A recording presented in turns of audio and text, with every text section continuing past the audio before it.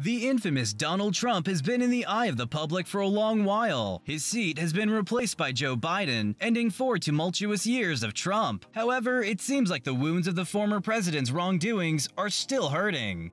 Starting off at number 10, he actually discussed imposing martial law at a meeting. The former president actually considered imposing martial law in all of the United States. The suggestion came from Michael Flynn, the first national security advisor of the former president, to declare martial law and use the military forces to rerun the election in swing states. Trump took the suggestion seriously and discussed it at an Oval Office meeting. For number 9, he refused to accept the loss of a winnable election. In 2020, he was replaced by the now president Joe Biden, but Trump refused to accept it. Most of this comes from mocking Biden's cognitive struggles, and it seems that Trump offended seniors, which resulted in the declining points in Arizona and Georgia compared with the 2016 results. Even though he won suburban voters by 2 points in the 2016 elections, he lost by 10 points this year, which really seemed to have pissed him off. Moving on to number 8, he failed to distribute more than half of the available vaccines. Even though there are 40 million vaccines available for the coronavirus, his administration failed to distribute them evenly. He then distributed 18 million doses, leaving about 22 million Americans without any immunity, with the deadliest pandemic hanging around.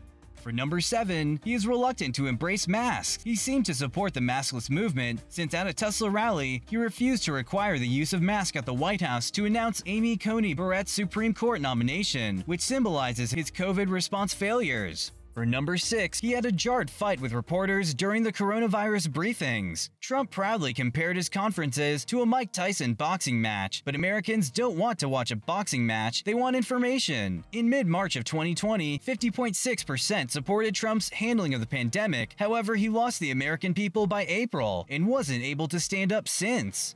For number 5, he failed to ban travel from Europe in January. Just when the height of the pandemic resurfaced in January, the former president did not shut down travel from Europe until March 11th, almost 6 weeks later. His reason? Because his economic advisors say so at the cost of many American lives. For number 4, he put millions of dollars in limbo by threatening to veto coronavirus relief. After the Democrats refused numerous GOP offers since July, Congress finally approved an aid package just when the pandemic relief was expiring. But Trump did not sign the bill for almost a week, resulting in millions of Americans spending Christmas worrying about their resources at the worst time of the pandemic.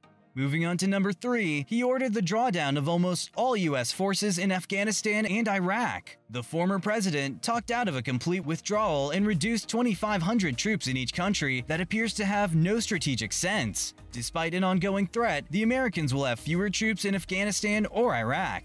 For number 2, he vetoed the bipartisan National Defense Authorization Act. The former president vetoed $741 billion in military spending and a 3% raise for our troops over an unrelated issue. This put the Republicans in the position of having to choose whether to flip-flop or override his veto. And finally arriving at number 1, he has pardoned war criminals. As if it doesn't get more disgusting, the former president seemed to disregard the rule of law by pardoning Blackwater contractors who massacred unarmed Iraqis, including innocent women and children. This for sure played a huge role in his loss in the 2020 elections. But that's going to do it for today. What do you all think of the president's wrongdoings? Let us know in the comment section down below and make sure to hit that like button as well. Don't forget to subscribe and turn on the notification bell icon so you never miss out any future content we'll put out for you guys. We're signing off for now, but we will surely catch you all in the next one.